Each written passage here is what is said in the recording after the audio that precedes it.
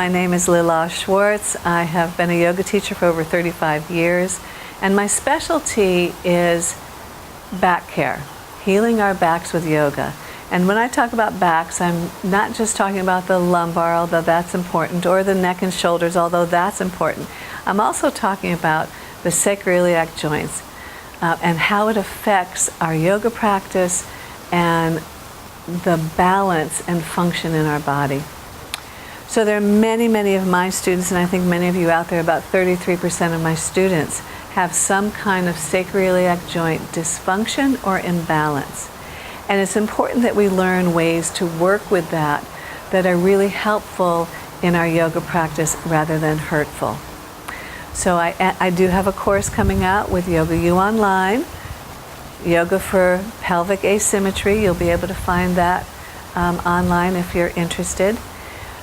3 important things to keep in mind to create functional balance in your SI joints and keep yourself pelvis happy and pain-free. So the first one is what I call the clock face. Now some of you may be familiar with the clock face from Pilates. And what I'm talking about is this whole front of the pelvis being a clock, so that 12 o'clock is my navel, 3 o'clock is one hip, the inner groin, the pubis is 6 o'clock, and the other hip is 9 o'clock. And I'm looking to keep the clock face vertically and horizontally balanced in relationship to the earth. So if I tip my pelvis forward, then the clock face is spilling. 12 o'clock is going forward and the inner groin is going too far back. That's causing loss of tone in the pelvic floor and loss of stability in the sacrum. So if I really lift the bottom of the belly and drop the tail down, then I can flatten the clock face in the front, and I can then look and see, is one hip the same height as the other, 3 o'clock and 9 o'clock? And that's going to tell me which direction my tailbone is pointing. And again, the support for the sacrum and the lower back comes from the bottom of the belly. It comes from the transverse abdominis.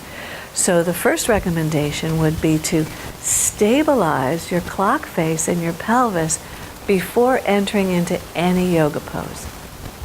So I'll give you a brief example about that. If I were to step into Virabhadrasana 2, lining my heel up with the arch, doing all the things we know about alignment that are useful, keeping the knee pointing toward the second and third toe, but then the pelvis goes off.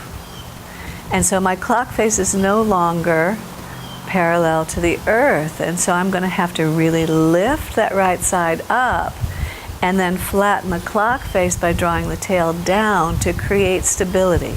Now my hips are not square to the front, they're slightly at an angle, which is good for the hip joint. And then I can go down into my Virabhadrasana 2. But again, keep lifting the bottom of the belly, keep lifting the right side of the clock face. In this case, this is 9 o'clock, has to come up, to keep me in relationship with the earth. And then coming back up, I'm going to go to the second side. And this is the second point that I want to share with you. When you have a pelvic imbalance, don't bounce 3, 4, 5, 6 poses on one leg, and then 3, 4, 5, 6 poses on the other leg. Do the poses more methodically, one side and then the other. And in doing so, you're going to allow your nervous system and your neuromuscular system to understand what balance means.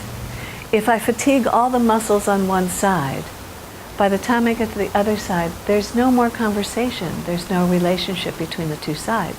So we want to maintain that relationship. Again, here, I'm going to lift the left groin up, drop the right hip down, level the hips, and then bend into Vira 2 again, and elongate through the rear leg. And you'll notice if you have a pelvic imbalance that you may get more stretch on one side than the other. It may be easier to lift the groin on one side than the other side, but it's important to create that balance in the poses. And so then after doing your asymmetrical poses, such as Virabhadrasana 2, or triangle pose, Trikonasana, or Parsvakonasana, even Virabhadrasana 1, Warrior 1, They're all asymmetrical poses because one leg is doing something very different from the other leg, and you do the pose on both sides to create balance. So then the third key point that I want to share with you is follow your asymmetric poses always with a symmetric pose. Symmetric poses are downward facing dog pose, Prasarita Padottanasana, Ustrasana. All the poses that help you bring your pelvis back to balance. So if I were doing Prasarita Padottanasana at this moment, I'd have my hands on my hips. I'd look to see if one hip was lower or one hip was rotated back. And then I want to go ahead and lift the groin on that one side, flatten the clock face across the front, bring those two hips into that level position, and maintain that as I lift up and hinge at my hips to go forward. So I go forward with a sense of balance and harmony.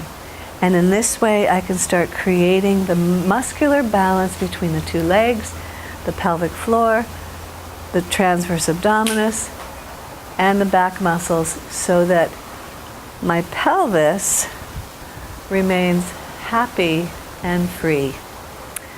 Thank you so much for watching. You can find out more about myself and my blogs at lillahschwartzyoga.com. Namaste.